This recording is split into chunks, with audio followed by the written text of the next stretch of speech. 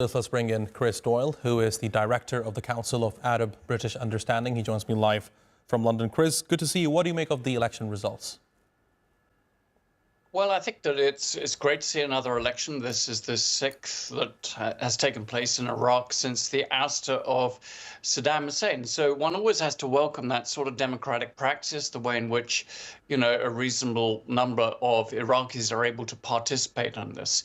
But really, as your report absolutely indicated, the great sense is one of disillusionment. It's one where there is very little expectation that the current political system, the parties that are likely to form together into a coalition to run Iraq, are really going to change things, because Iraqis are looking for a change in the huge networks of corruption, the mismanagement, the lack of poor public services, all of these things. And I don't think there's a great belief that all of this is going to change. So we've now seen these elections, but there is going to be so much horse trading that will go on, as we've seen in the past, amongst those who've won seats as they form blocks. Some of those blocks may not last by any stretch of the imagination.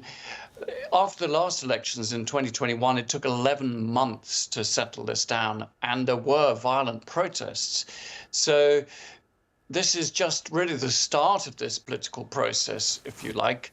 It remains to be seen whether there can be some orderly transition to forming a new government that will actually put the interests of Iraq first and foremost, and address those issues the Iraqi people want to be seen handled.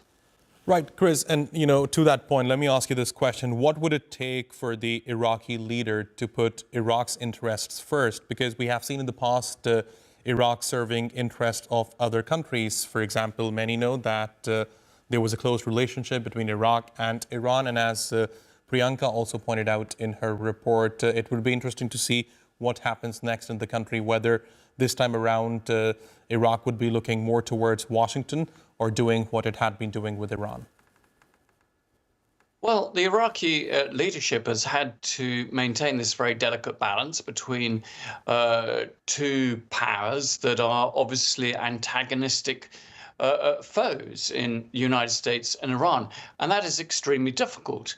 Iran is a neighbor. It has huge influence over Iraq, and has done particularly since 2003.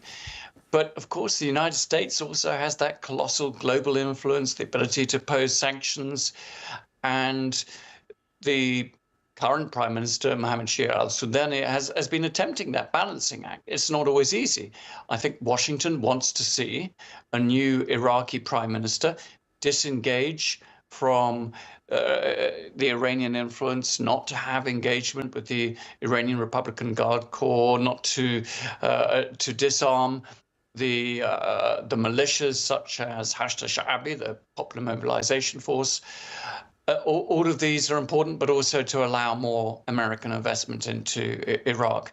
But Iran is under the cosh. It's lost a major ally in terms of the Assad regime in Syria. Hezbollah has been weakened. Hamas has been weakened. And of course, it had that war with Israel in June that the United States participated in. The last thing it wants to see is a decline in Iranian influence in its neighbor, Iraq. So these are competing ambitions of these regional powers. But I think what Iraqis want to be able to see somehow is to navigate a path where they can make their own independent decisions, where the oil wealth that Iraq has can be used for the benefit of the country and the people to address these issues, and not become a plaything between regional powers, between superpowers and their interests. Right. And Chris, needless to say that the Middle East is an extremely crucial region, and Iraq is an important part of it. And of course, over the past few decades, Iraq has been through many ups and downs. Given the current dynamics of the region, what do you think Iraq means for the Middle East? Iraq, in many ways, has been an absent actor for a while. It's been a state that has had so much internal turmoil and division that it hasn't been able to exercise the sort of influence that its status suggests that it should do. It's a country of nearly 50 million people now. It has oil resources, it has water, it has still an educated population. It should be able to exert a huge influence on the region and hasn't really been able to. It's always been about this unfulfilled potential, but it occupies a strategic location. So we've seen a lot of these tensions in the region being fought out in Iraq. And we saw that, of course, in the years of ISIS, so-called Islamic State. We've seen that between Arab and Kurd. We've seen that between Iran and the United States, and indeed other forces as well. So it's time, I think, that hopefully an Iraqi leadership can be found that can chart a very different course and then can return to being a major actor in the region, but one that also thinks and acts responsibly and can contribute to trying to address some of those broader regional crises in a way that could benefit the whole area. Fascinating insights. Chris Doyle, it's always a pleasure talking to you. Thanks very much for joining me here on TR2 World. Thanks for having me.